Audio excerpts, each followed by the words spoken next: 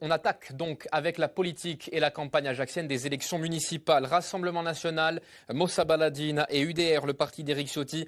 Voici la plateforme d'union qui se présentera devant les électeurs de la cité impériale dans moins de 2 mois maintenant.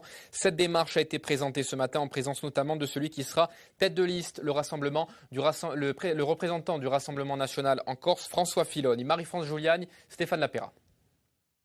L'identité en tête. À la tribune, le RN et Moussa Baladine mettent de côté leurs points de désaccord, par exemple sur la co-officialité, pour se montrer unis, prêts à défendre une certaine identité ajaxienne, quitte à associer de façon implacable étrangers et incivilité. C'è bisogno di una vera politica di lingua corsa in Ajaccio.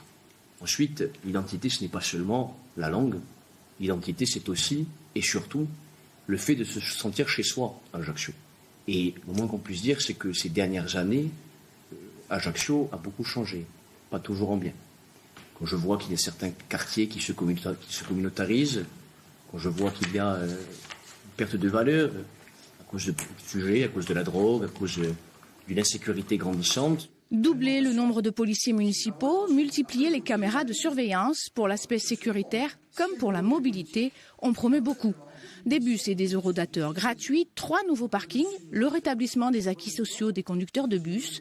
Et côté financement... Je vais faire ça avec impôt zéro. Ça veut dire qu'aujourd'hui, il y a malheureusement à Ajaccio, et la CAPA, c'est plus de 2000 employés. Ça veut dire que nous allons laisser partir des gens à la retraite, nous allons remplacer des choses par peut-être l'intelligence artificielle. En tout cas, nous allons faire des économies dans ce domaine. Et je pense que sur la mandature, je vais économiser 12 millions d'euros. À mon avis qui est sage, abondé en subventions, ça va donner une capacité de 20 millions d'euros. Concernant le téléporté, François Filoni veut demander un dédommagement à l'État, le faire condamner pour des carences de contrôle de légalité. Un projet de la CAPA qu'il avait pourtant approuvé en mars et juillet 2019, quand il faisait partie de l'équipe du président de l'époque, Laurent Marcangeli. On a joué au poker avec l'argent des contribuables ajacciens.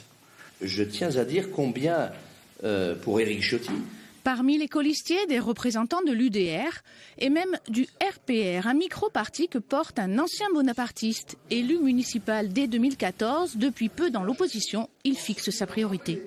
Surtout, être très vigilant à l'identité ajaccienne. Qu'est-ce que vous reprochez à l'équipe municipale actuelle ?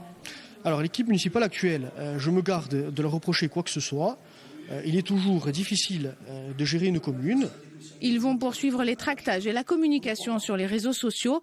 Ils entendent organiser des réunions dans les quartiers, de préférence, disent-ils, sans la presse. On attaque donc